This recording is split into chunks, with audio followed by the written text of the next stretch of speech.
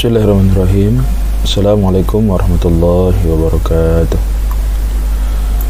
Alhamdulillah, nahmaduhu wa nasta'inuhu wa nastaghfiruhu wa na'udzu billahi min shururi anfusina wa min sayyiati a'malina. May yahdihillahu fala mudilla lahu wa may yudlilhu fala hadiyalah. Asyhadu an la ilaha illallah wahdahu la syarika lahu wa asyhadu anna Muhammadan abduhu wa rasuluh alladzi la nabiyya ba'dah. Bersyukur kita kepada Allah, kita masih diberikan kesehatan dan kesempatan untuk sama-sama menuntut ilmu dalam mata kuliah muamalah pada kesempatan kali ini. Salawat bersalam kepada junjungan kita Nabi Muhammad SAW. Baik, kita buka pembelajaran kita hari ini dengan melafazkan basmalah. Bismillahirrahmanirrahim. Raditu billahi rabba wa bil islami dina Muhammadin nabiyya wa rasulah wa rabbi zidni ilma wa rizqni fahma. Baik mahasiswa sekalian, hari ini pembahasan kita ya tentang fikih riba, rente dan bank ya. Fikih riba, rente dan bank. Baik, kita akan lihat ya definisi hukum riba. Secara etimologi, riba berarti kelebihan atau tambahan. Ya, kata riba adalah isim maksur, berasal dari kata raba yarbu, yaitu akhir kata ini ditulis dengan alif. Arti kata riba adalah ziyadah atau tambahan. Ada kalanya tambahan itu berasal dari dirinya sendiri, seperti firman Allah dalam Al-Quran surah Fussilat ayat 39 dan Al-Quran surah An-Nahl ayat ke-92. Wa iza anzalna 'alaihal ma'a ihtazat wa rabat. Maka apabila kami turunkan air di atasnya, bergerak dan bertambahlah subur. In takunu ummata ya in takunu ummata arbiyu min ummati. Disebabkan adanya suatu golongan yang lebih banyak jumlahnya dari golongan yang lain. Ada kalanya lagi tambahan itu berasal dari luar berupa imbalan seperti 1 dirham ditukar dengan 2 dirham.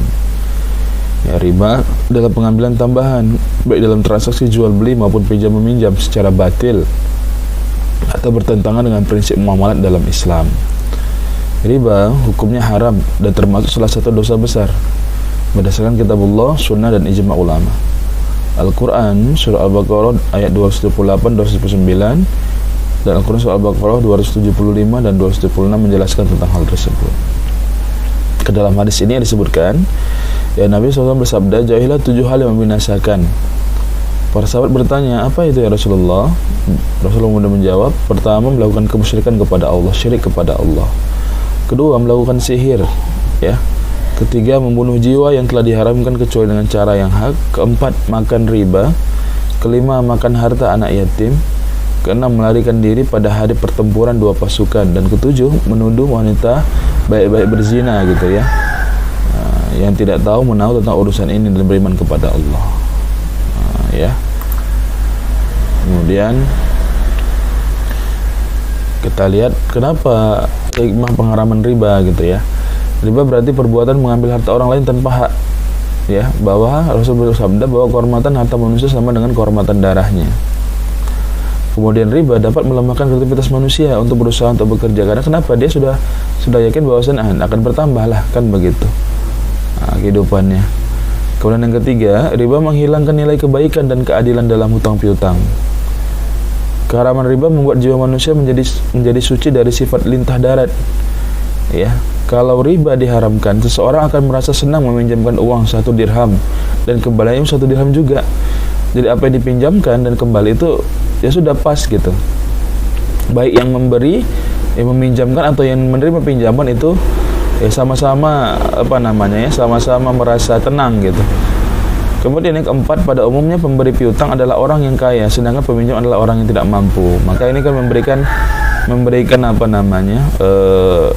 dampak yang baik gitu ya ketika kita saling menolong orang lain. Kemudian proses pengharaman riba bertahap memang ya. Tahap pertama menjelaskan tentang urgensi menjauhi riba ya.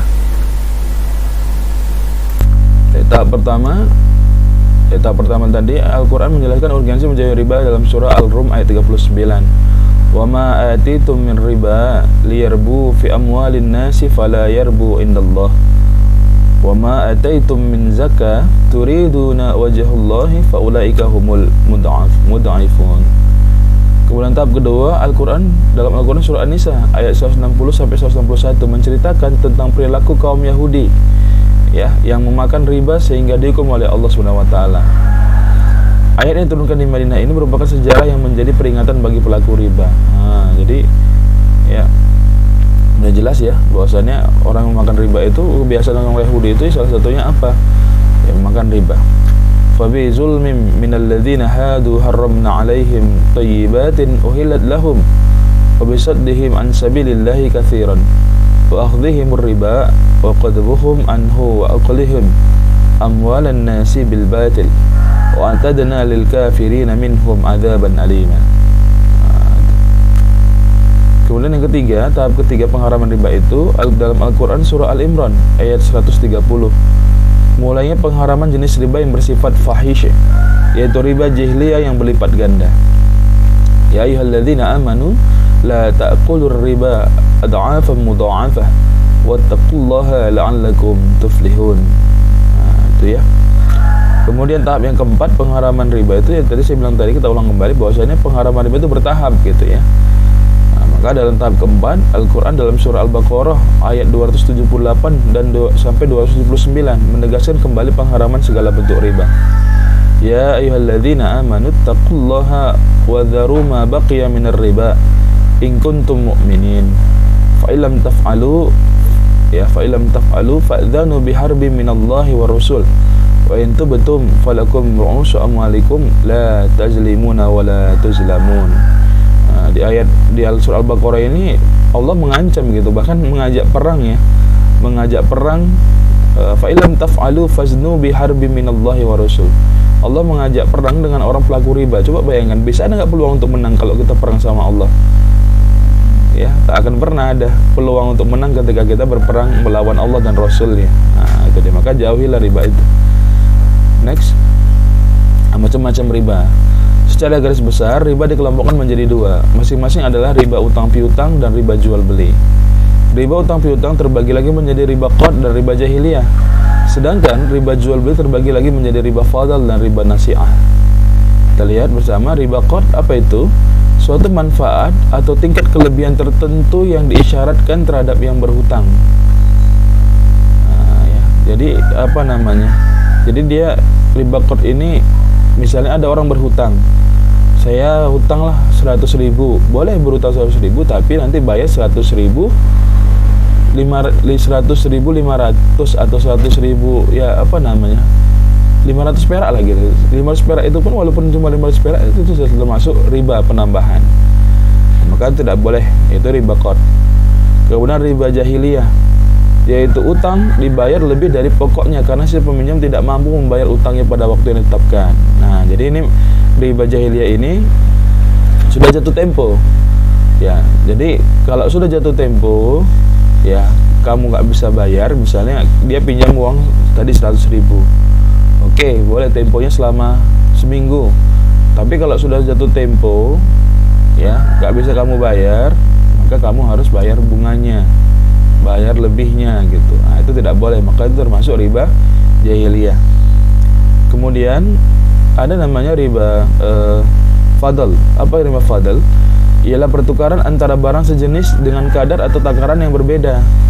Sedangkan barang yang dipertukarkan termasuk dalam jenis barang ribawi, ya, meliputi emas, perak, baik itu dalam bentuk uang maupun dalam bentuk lainnya, serta bahan makanan pokok seperti beras, gandum, jagung, dan bahan makanan tambahan seperti sayur-sayuran dan buah-buahan. Maksudnya apa?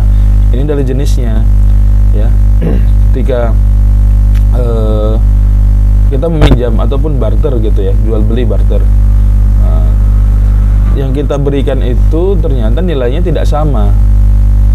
Nilainya tidak sama, itu maksudnya nilainya tidak sama. Nah, maka itu termasuk dalam riba fadl. Kalau bisa ketika terjadi barter yang nilainya secara nominal dan secara kualitas harus sama, itu dia maksudnya. Kemudian ada namanya riba nasi'ah. Apa itu riba nasi'ah? Ialah penangguhan penyerahan atau penerimaan jenis barang ribawi yang dipertukarkan dengan jenis barang ribawi lainnya.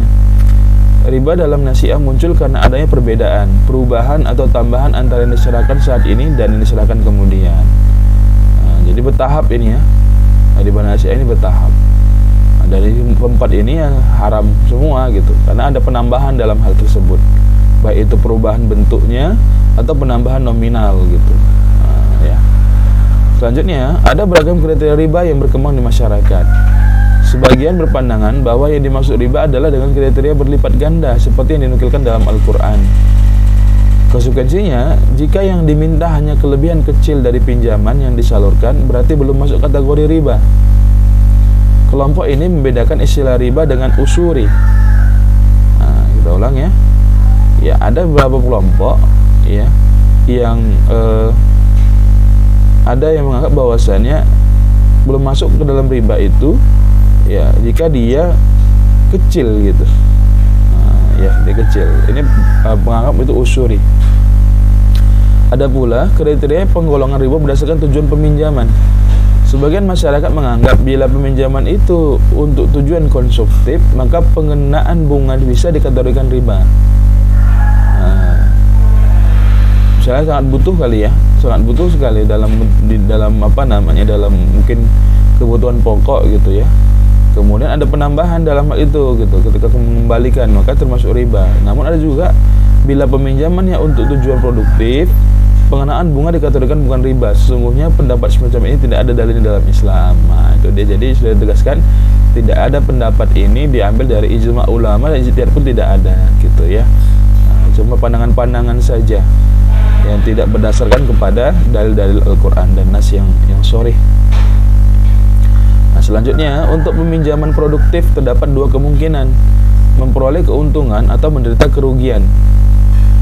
Jika dalam menjalankan bisnisnya peminjam mengalami kerugian atau mungkin sejumlah keuntungan tertentu, dasar apa yang dapat membenarkan kreditor menarik keuntungan tetap secara bulanan atau tahunan dari pinjam-meminjam? Kreditor bisa saja menginvestasikan modalnya pada usaha-usaha yang baik agar ia menuai keuntungan. Bila itu yang menjadi tujuan, cara yang wajar dan praktis baginya adalah dengan kerjasama usaha. Jadi sama-sama kerjasama usaha ini kan sama-sama dapat untung, sama-sama ketika menanggulangi kerugian. Jadi dibagi dua gitu ya, bagi dua, bukan salah satu pihak yang diuntungkan gitu. Dan berbagi keuntungan, bukan meminjamkan modal dengan menarik keuntungan tanpa menghiraukan apa yang terjadi di sektor real. Jadi yang diperkenankan itu adalah kita memberikan modal ya atau pinjaman kepada orang lain. Ketika terjadi masalah, kita sama-sama berikan solusi dan berikan menanggung itu sama-sama. Ketika terjadi keuntungan ya kita berbagi dua gitu. Jadi sama-sama menanggung resiko dan sama-sama membagi dalam hal keuntungan. Itu dia yang dibenarkan dalam konsep Islam, ya. Karena disebutkan dalam Al-Quran ya, wa ta'awanu 'alal birri wat taqwa wa la ta'awanu 'alal ismi wal udwan. Banyak yang orang yang memberi pinjaman itu ya, maaf cakap seperti tadi disebutkan ya, lintah darat atau apa, yang memberi pinjaman banyak gitu. Tetapi ketika udah urusan jatuh tempo dan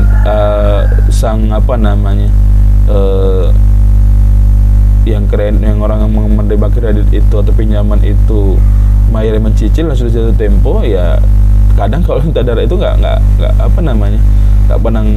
melihat kondisi orang yang minjam itu gitu kan, harus lihat dulu, mungkin kasih karena mungkin ada kendala ataupun mungkin lagi sakit ataupun tidak bisa atau pencariannya itu mungkin berkurang kan begitu, maka itu harus ditinjau juga.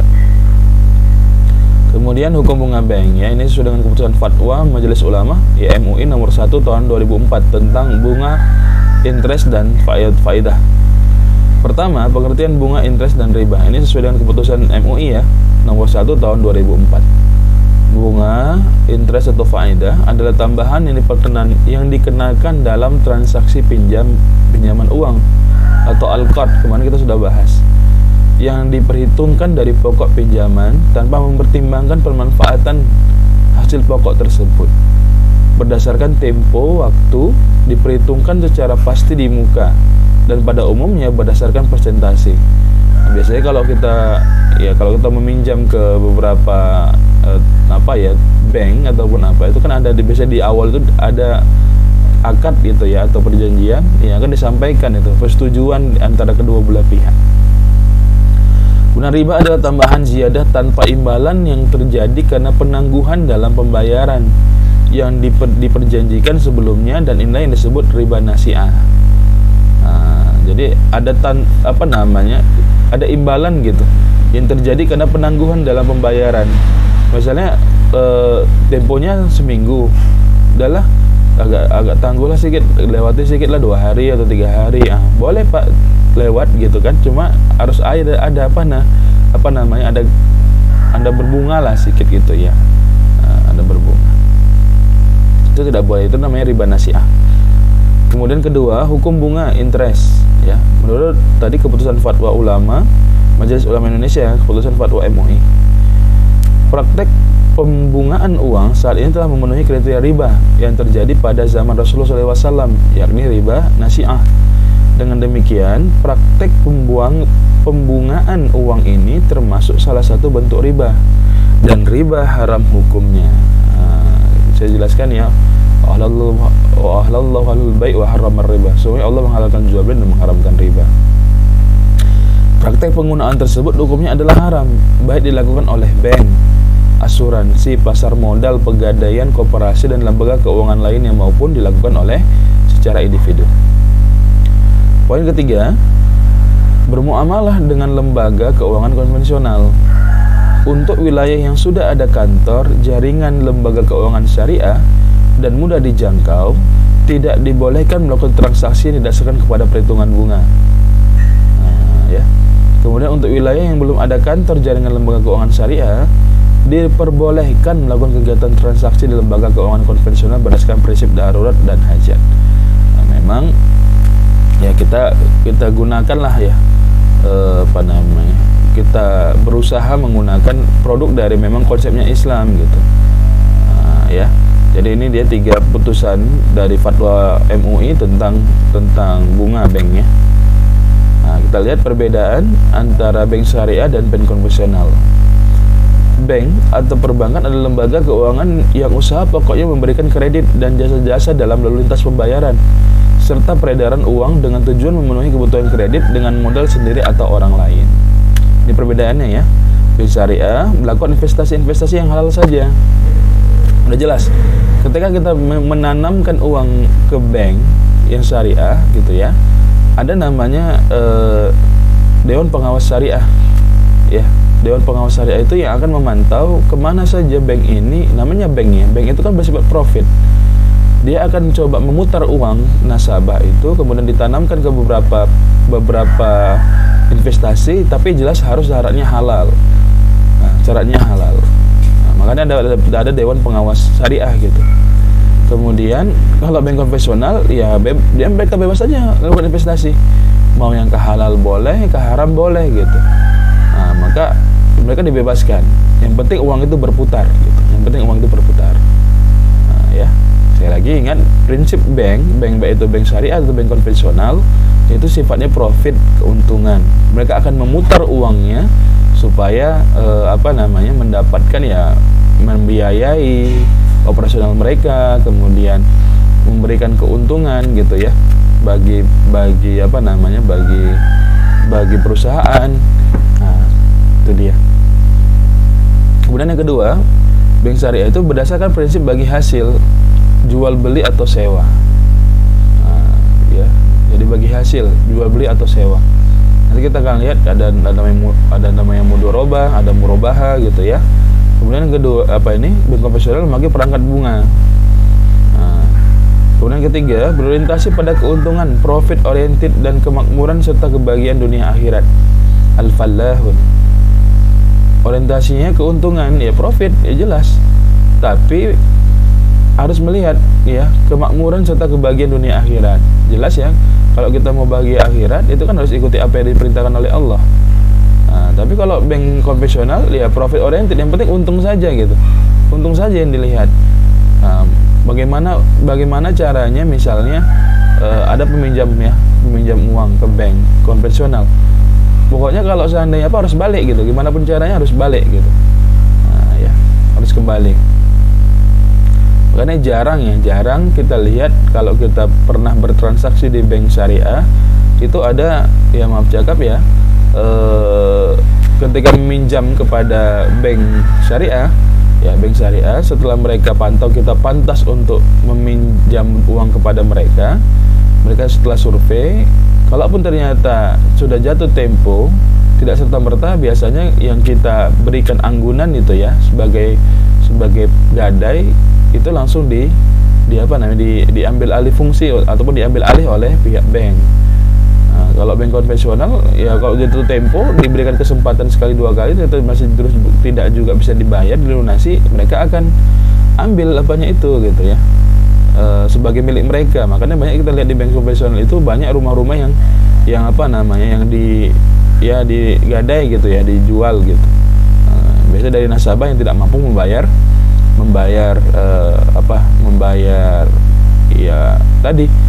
pokok dan juga membayar bunga. Selanjutnya yang keempat, tapi saya ingatkan terkadang bank syariah itu biasanya mereka pun tidak terlalu besar memberikan pinjaman,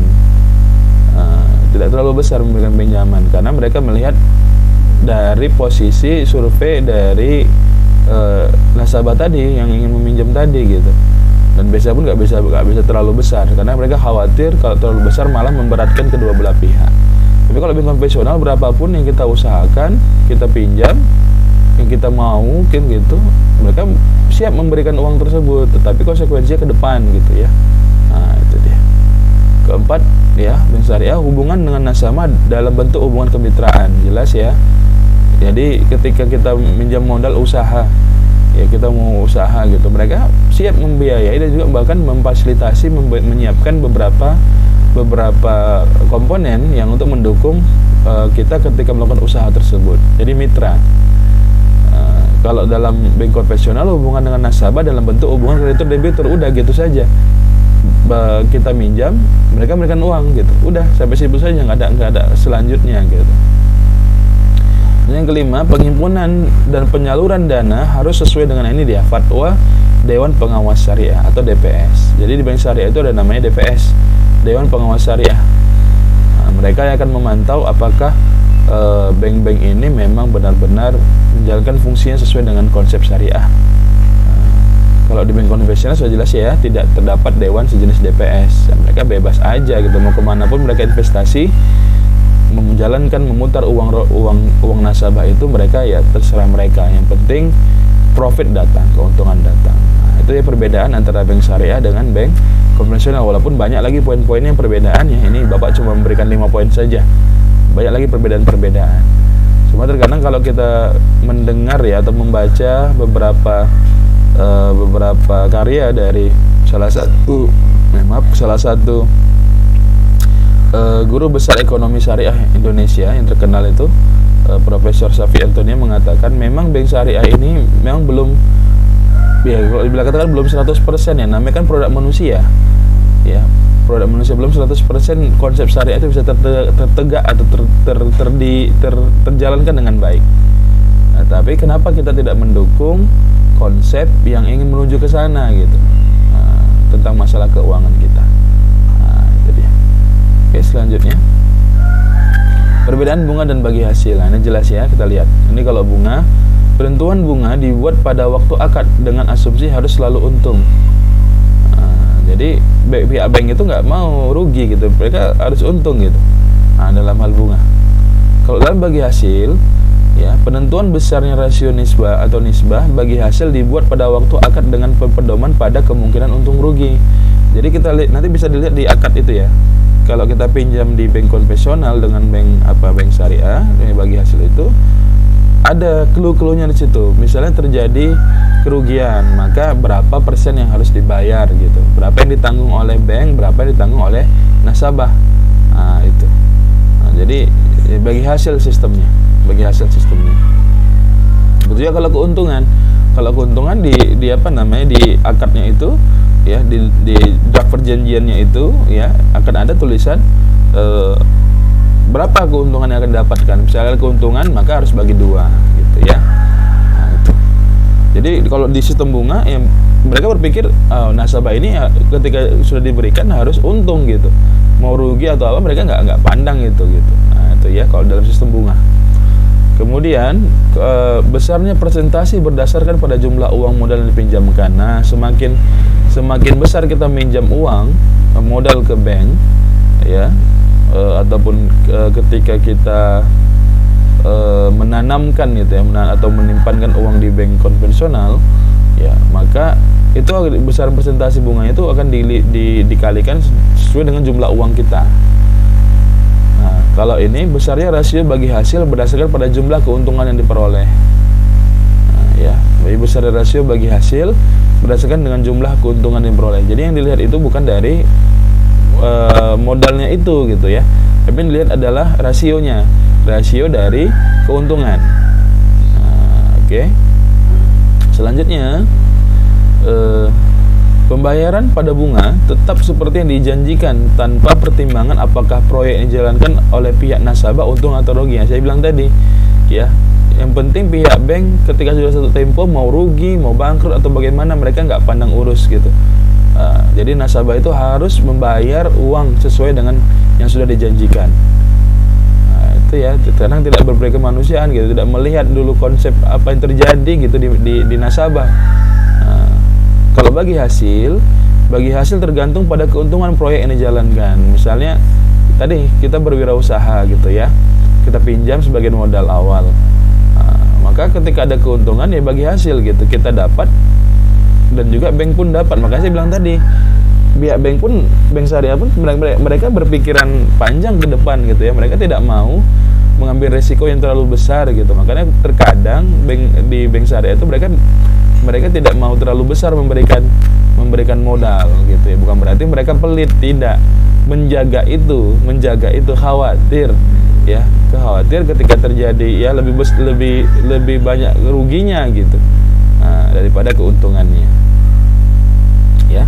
Kemudian poin keempat, jumlah pada bunga ya, jumlah pembayaran bunga tidak meningkat sekalipun jumlah keuntungan berlipat atau keadaan ekonomi sedang booming.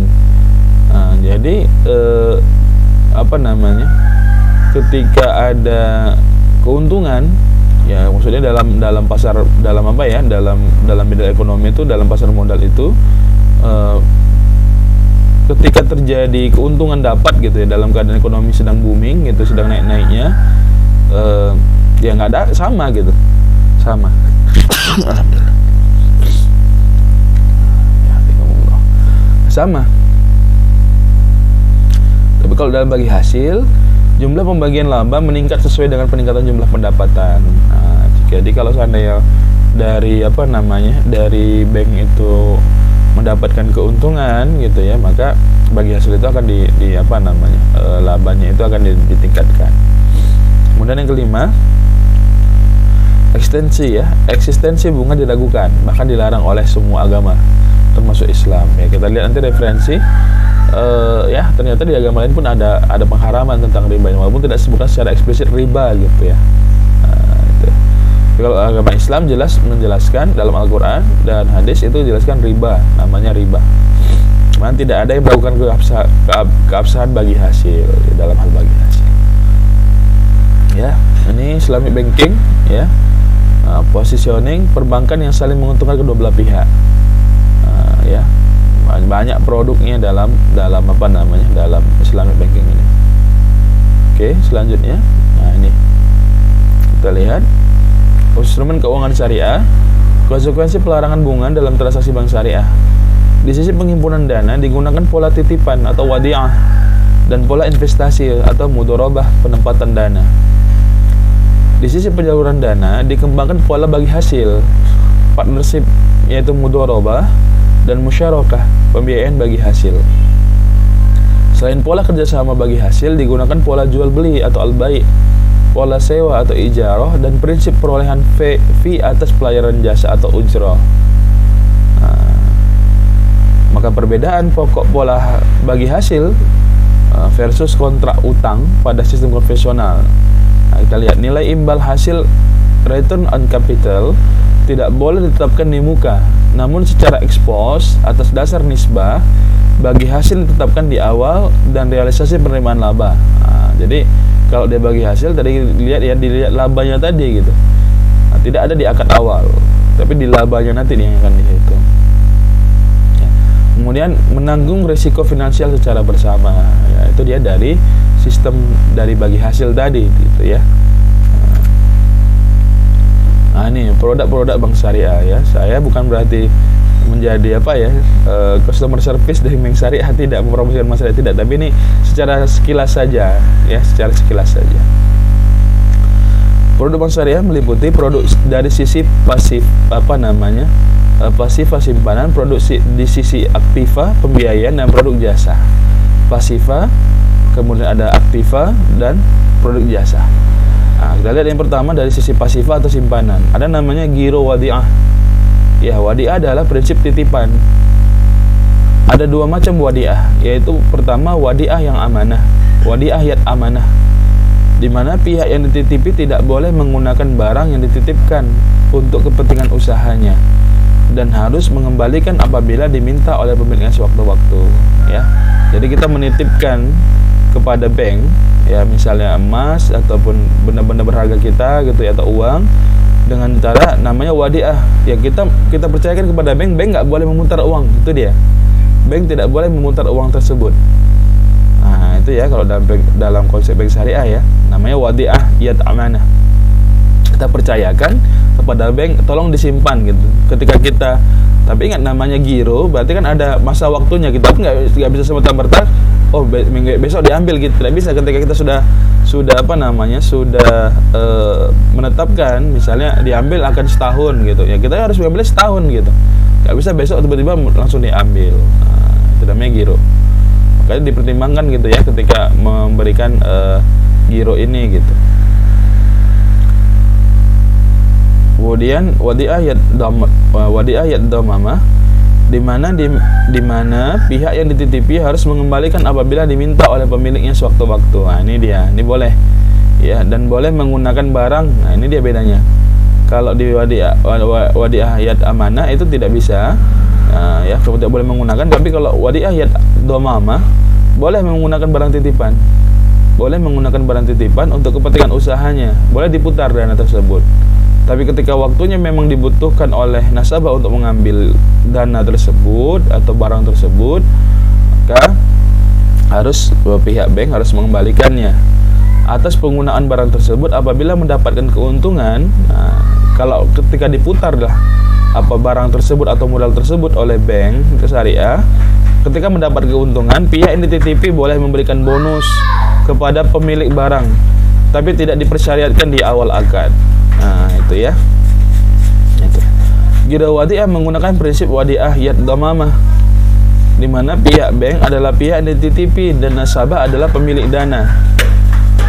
Pihak bank boleh menggunakan dana yang dititipkan untuk kepentingan usahanya. Apabila untung, dapat memberikan bonus kepada pemilik dana. Jadi kalau kita sistemnya wadi'ah, giro wadi'ah, kita ya menyimpan dana di sana gitu ya. Kemudian ketika ada terjadi keuntungan, ya kita diberikan gitu bagi hasil. Sehingga bonus yang diterima pemegang giro wadi'ah mutlak kewenangan pihak bank. Mutlak kewenangan pihak bank. Selain itu, ketentuan giro wadi'ah seperti halnya giro konvensional, hampir sama sebenarnya dengan giro konvensional. Nah, cuma di sini kita lebih mengedepankan bahwasanya tidak ada akad di awal, gitu ya.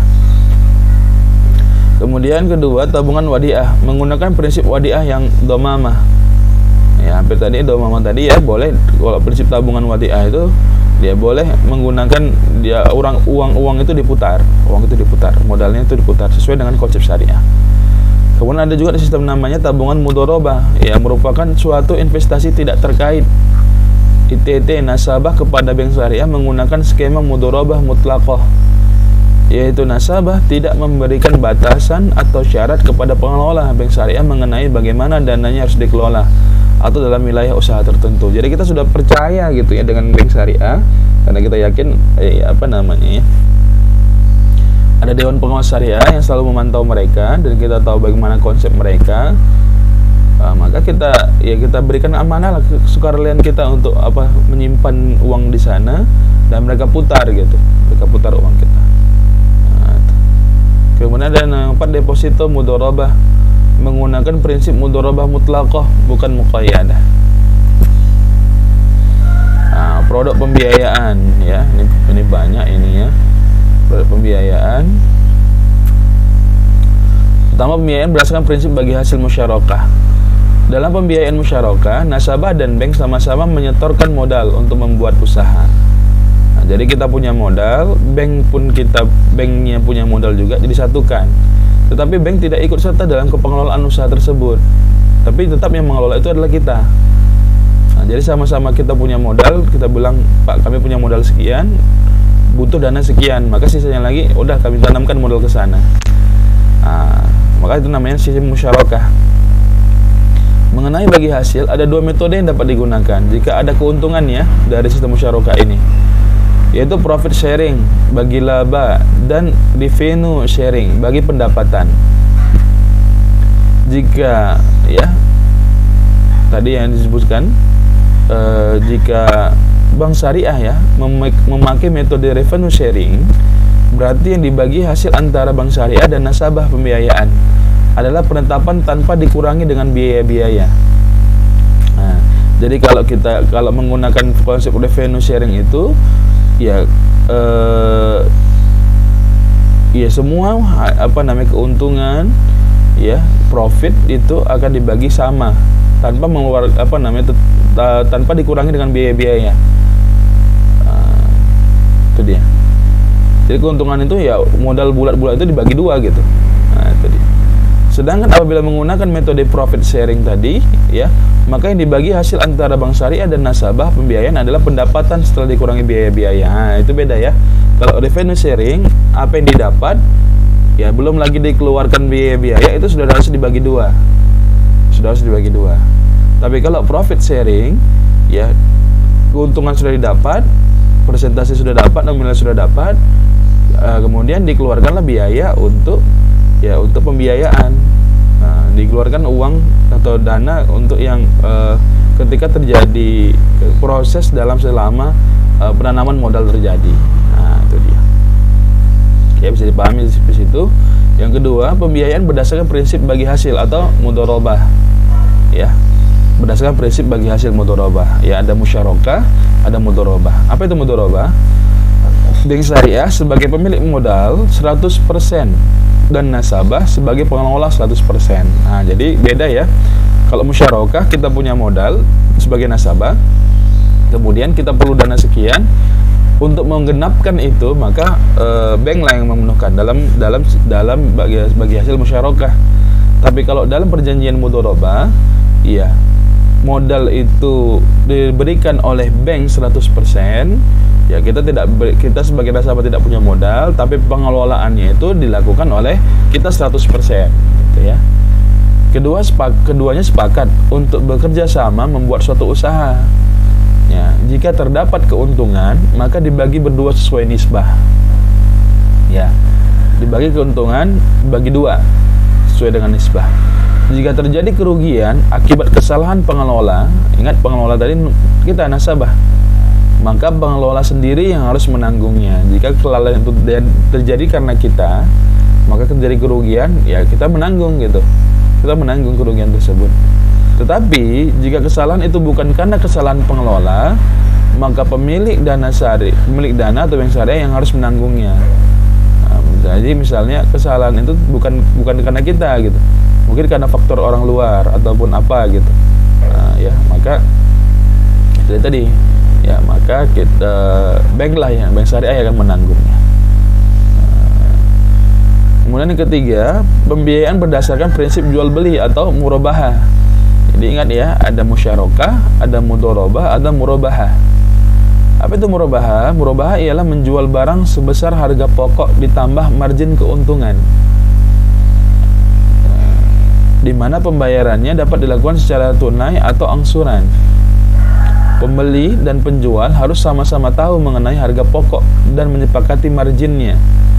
Sekali harga disepakati, harga tersebut yang berlaku sampai akad berakhir. Artinya, harga kesepakatan tidak akan berubah sampai akad selesai. Dalam produk ini, bank syariah bertindak sebagai penjual. Misalnya begini, kita mau beli mau beli perangkat gitu ya, atau mau beli kendaraan. Yang membeli itu siapa? Yang membeli itu adalah bank. Yang membeli itu bank, dan bank lah yang nanti akan menjual kepada kita. bank syariah lah yang akan menjual kepada kita. Ya, maka dari awal apa yang harga sudah disepakati, ya, melihat tadi dari harga pokok dan keuntungannya, itu kita bayarnya ke bank gitu. Misalnya kita beli kereta gitu ya, kita beli kereta, jadi kita datang ke bank dalam sistem murabahah gitu. Jadi bank yang nanti akan membeli kereta tersebut membeli secara utuh dari showroom, kemudian nanti bank lah nanti ya menjadi yang transaksinya antara kita dan bank. Jadi tidak ke showroom lagi gitu, tidak ke showroom lagi. Dalam murabahah ini, dilihat harga pokoknya berapa, kemudian keuntungannya berapa, itu dia. Walaupun di sini disebutkan ya ada secara tunai bayarnya atau secara angsuran. Itu dia. Tapi dijelaskan sini tidak ada penambahan gitu, tidak ada penambahan. Ya, jadi sistem murabahah. Kemudian yang keempat, pembiayaan berdasarkan prinsip jual beli salam. Yaitu prinsip jual beli di mana pembayaran dilakukan di muka, ya, dan barang diserahkan di kemudian hari. Bayar dulu, baru barangnya datang. Ya, seperti kita bahas kemarin ya, jual beli online. Ya, kemarin ada yang istilah COD dan juga PO kalau nggak salah ya, kan begitu, pre-order. Biasanya diaplikasikan dalam sektor pertanian. Jadi dalam sektor pertanian ini dalam salam spesifikasi barang, kuantifikasi dan kualifikasi barang diketahui dan diukur secara jelas dan spesifik. Ya, jadi bisa dalam pertanian itu maksudnya bagaimana ya? Jadi bank itu kita datang ke bank. Ya, bank nanti yang akan mempersiapkan barangnya. Contohnya apa? Bibit gitu ya. Kita datang ke bank. Ya, misalkan di daerah-daerah mungkin yang sangat sulit untuk mendapatkan mendapatkan bibit gitu. Kita datang ke bank, kita punya modal. Kita bilang sama bank, sampaikan bahwasannya saya perlu bibit ini, bibit sawit kah atau bibit apa, karet atau bagaimana gitu. Nanti bank yang akan mencari gitu. Bank akan mencari, tapi kita harus bayar di muka dulu. Itu dia ya. Kemudian yang kelima, pembiayaan berdasarkan prinsip jual beli istisna. Ya, istisna. Biasanya ini diaplikasikan dalam sektor manufaktur ya. Pabrik atau perusahaan atau perusahaan rumahan lah ya, perusahaan rumah gitu ya. Usaha-usaha kecil menengah yang berkaitan dengan permesinan lah ya, manufaktur. Penjual harus terlebih dahulu membuat barang yang diinginkan pembeli. Ya, penjual harus terlebih dahulu membuat barang yang diinginkan pembeli. Cara pembayaran bisa di muka seperti salam. Seperti tadi, ya. Bayar dulu kemudian barang baru ada gitu. Bisa diangsur atau ditangguhkan sampai waktu yang ditentukan. Seperti salam, istisna juga dapat dilakukan secara paralel, yaitu antara nasabah pembuat dengan bank syariah. Di sini bank syariah bertindak sebagai pembeli, dan antara bank syariah dengan nasabah pembeli, di sini bank syariah bertindak sebagai penjual. Jadi bank syariah bisa dalam posisi ini bisa menjadi dua dia ya, bisa menjadi pembeli, ya, bisa juga menjadi penjual. Itu dia. Jadi istisna ini ya lebih kepada kita beli kepada bank gitu ya, atau kita punya barang, kita punya produk, bank yang membeli barang kita, tapi dengan syarat nanti bank akan mencarikan gitu, bank mencarikan siapa untuk konsumennya dan begitu. Cuma ini terkadang masih agak sedikit di istisna ini masih agak sedikit jarang dilakukan oleh masyarakat gitu ya, karena berurusan dengan bank. Yang keenam, pembiayaan berdasarkan prinsip sewa ijarah. Ya, ijarah adalah prinsip sewa menyewa barang dalam jangka waktu yang tertentu yang harus dikembalikan kepada pemilik dalam keadaan seperti semula. Ada pula ijarah muntahiyah bitamlik, yaitu akad sewa yang pada akhir masa sewa terjadi perpindahan kepemilikan barang. barang menjadi milik penyewa. Perpindahan ini dapat dikarenakan hibah atau beli, ya, sewa atau beli. Nah, ijarah adalah prinsip sewa menyewa. Waktu itu ditentukan, dan juga harus dikembalikan dalam posisi seperti semula. Itu ya. Next. Skema salam dan murabahah ini ya. Ini ya. Dan tadi kan sudah disebutkan salam dan murabahah sudah ya. Jadi teknis perbankan, bank membeli secara salam. Ingat salam tadi, kita bayar dulu kemudian barang datang, ya. 1A nih, 1A negosiasi, ya, negosiasi dan akadnya salam, kan begitu, ya. Kemudian 1B negosiasi dan akad murabahah antara bank dan pembeli. Jadi bank, ya, kemudian pembeli 2, ini ya pembeli, ya, negosiasi gitu. Kita pesan barang gitu. Ini dia. Kita pesan barang ke bank, tidak langsung kemari. Ya, tidak kemari, kita melalui bank. Nah, kita melalui bank, kita pesan, nanti bank melakukan negosiasi dan akad kepada pembeli 2. Ya, kepada pembeli 2. Ya, karena ada skemanya nih. Kemudian poin 2, bank melakukan pembayaran kepada petani. Ya, kemudian ketika bank lah yang membayar kepada petani. Ini dianggap petani, ya, petani. Ya. Kemudian 3A, petani kirim barang dan dokumen kepada pembeli. Ya, petani, ya, poin 3A ini mengirim barang kepada pembeli dan dokumen kepada pembeli, ya. Kemudian 3B, petani juga dikirimkan dokumen kepada bank. 3B, ya, petani juga mengirimkan kirim dokumen kepada bank, mengirim juga kemarin. Selain mengirim kepada ini, ya, mengirim juga kepada ini gitu. Ya. Kemudian yang keempat, pembeli membayar kewajiban kepada bank. Maka pembeli ini nanti, ya, maaf tadi salah, ya, pembeli ini yang nanti akan membayar kepada bank. Itu dia. Jadi skemanya sudah dibentuk supaya paham gitu, ya. Oke, selanjutnya. Nah, bagaimana kalau istisna tadi supaya lebih paham kita, ya. Nah, ini kita lihat ada jalurnya, agak panjang memang kalau istisna ini. Istisna merupakan fasilitas penyaluran dana untuk pengadaan objek atau barang investasi yang diberikan berdasarkan pesanan nasabah. Pembiayaan ini memerlukan proses produksi atau pembangunan atau renovasi. Pihak produsen, pemasok, dan kontraktor bisa ditunjuk oleh bank atau nasabah sendiri. Kemudian yang kedua, bank menjual barang yang dipesan nasabah sebesar harga pokok plus margin keuntungan. Ingat, ya, barang ini tidak harus benda gitu. Terkadang, ya, tanah, ya, ataupun beberapa produk yang investasinya dilakukan gitu, ya, bergerak ataupun tidak bergerak, kan begitu, ya. Kemudian penyerahan barang kepada nasabah dilakukan setelah barang selesai atau sesudah melewati masa proses produksi, pembangunan, atau renovasi. Setelah memenuhi prosedur, persyaratan seperti uang muka dan kelayakan mengenai kemampuan angsuran dan lainnya. Nasabah sebagai pembeli dapat memanfaatkan fasilitas angsuran untuk jangka waktu tertentu. Kemudian keunggulannya dari istisna ini, jumlah angsuran tetap tidak berubah walaupun terjadi fluktuatif suku bunga. Kewajiban angsuran dapat dilakukan setelah masa proses produksi. Jadi ini, ya, ini prosesnya kita lihat. Jadi pemesan nasabah, ya, kemudian misalnya perlu gitu memesan barang sesuai dengan kriteria pada bank. Nah, poin 1A. Nah, kemudian kita lihat dari bank, ya, dari bank akan meminta membuat barang kepada ya tadi pemasok. Nah,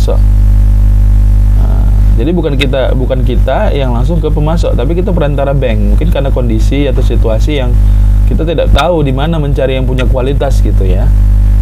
Dan bank pun pasti mencari supaya tidak terjadi kerugian. Bank pasti mencari yang pemasok ini yang pasti berkualitas dan kredibel gitu.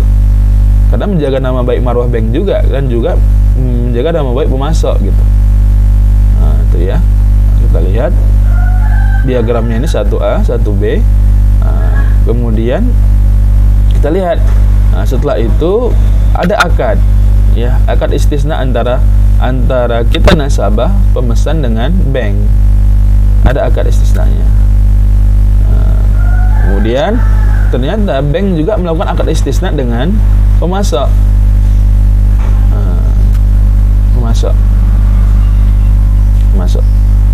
Nah, kemudian ya, ketika barang itu sudah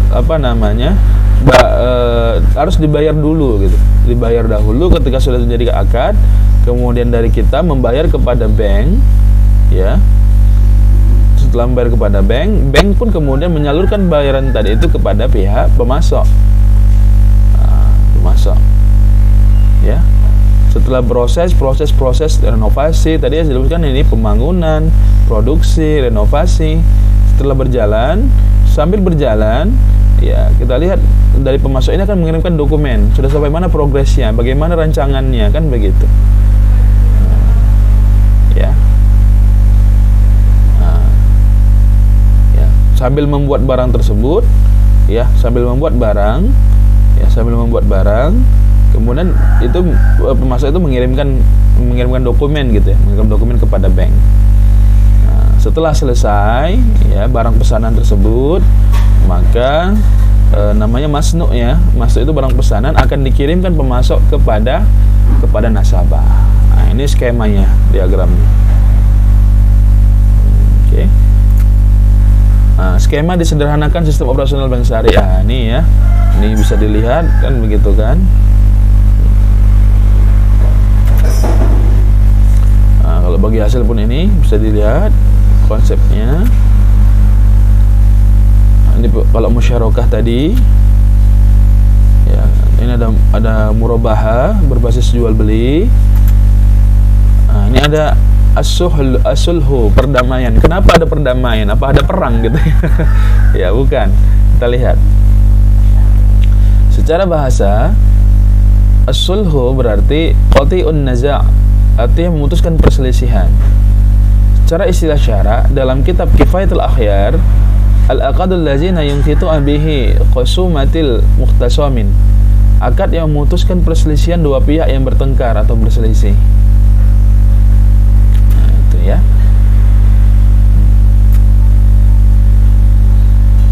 Oke.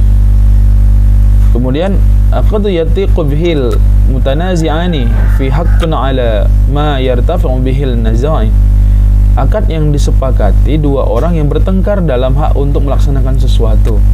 Dengan akad itu dapat hilang perselisihan. Maka kesimpulannya, as-sulhu adalah akad yang bertujuan untuk mengakhiri perselisihan atau persengketaan di antara kedua belah pihak. Dasar hukum as-sulhu, Quran surah Al-Hujurat ayat 9, Quran surah An-Nisa ayat 114 dan 128. Surah An-Nisa ayat 128. Wa in ta'ifatani minal mu'minina iqtatalu fa aslihu bainahuma. Jika terjadi persengketaan, ya, terjadi permasalahan di antara orang-orang mukmin, kemudian carilah jalan keluar gitu. Perdamaian di antara mereka berdua. Nah, itu ya. Hadis riwayat Ibnu Hibban dan Tirmizi dari Umar bin Auf al-Muzammil, ya. Perdamaian dibolehkan di kalangan muslimin kecuali perdamaian yang mengharamkan sesuatu yang halal atau menghalalkan yang haram. Dan orang-orang Islam yang mengadakan perdamaian itu bergantung pada syarat-syarat mereka yang telah disepakati, selain syarat yang mengharamkan yang halal atau menghalalkan yang haram. Rukun dan syarat as-sulhu musolih, yaitu dua belah pihak yang melakukan akad sulhu untuk mengakhiri pertengkaran perselisihan. Jadi jika tiba-tiba ada sedikit selek gitu ya, antara bank dengan juga nasabah, ataupun mungkin antara bank dengan pembuat produksi gitu ya, maka ada sulhu, jalan damai ya. Nah, ini dia. Bisa dilihat ya, musolih persoalan diperselisihkan, suatu yang diperlakukan oleh itu ya, ada 4 rukunnya. Kemudian syarat sulhu ini ada. Syarat yang berhubungan dengan musolih, orang yang berdamai, yaitu disyaratkan mereka adalah orang yang tindakannya dinyatakan sah secara hukum, bukan anak kecil dan orang gila.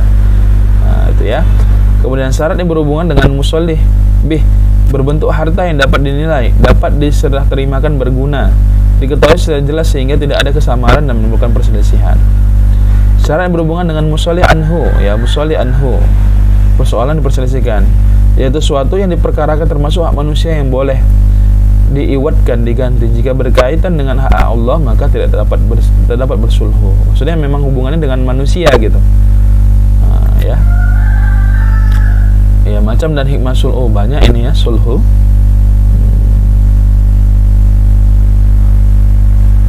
Hikmah sulhu. Sulhu merupakan cara yang terpuji untuk menyelesaikan permasalahan.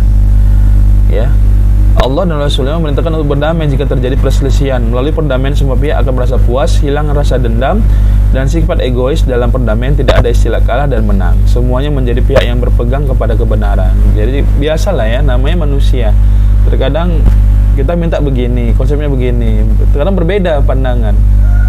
Jadi ya ambil jalan tengah, sulhu, perdamaian. Jangan ujuk-ujuk ketika terjadi langsung kita lakukan yang tidak baik gitu ya. Oke, baik, mungkin itu saja materi kita hari ini. Ya, semoga bisa dipahami tentang perbedaan antara bank konvensional dan bank syariah. Kemudian beberapa produk tadi ya, walaupun tidak mendalam, minimal kita tahu ya, tahu tentang masalah konsep bank syariah dan bank konvensional tersebut. Dan saya sampaikan, coba kita sama-sama mendukung ya produk umat Islam gitu ya, produk umat Islam yang memang memberikan jaminan keselamatan kepada kita, jaminan kalau kebahagiaan itu memang masing-masing gitu ya, sedang pada masing-masing, tapi kita coba berusaha dalam kehidupan kita. Dan jangan disalahkan juga bahwasannya ada mungkin di antara kita yang ya udah, daripada ke bank, antara bank syariah dan bank konvensional, simpan aja duit di lemari sendiri atau di bawah bantal istilahnya, nggak ada masalah. Itu kembali ke kita masing-masing, feel kita atau rasa kita masing-masing. Nah, demikian saja pertemuan kita hari ini. Kita tutup dengan lafaz hamdalah. Alhamdulillahirabbil alamin. Keep healthy, keep smart, dan keep istiqomah.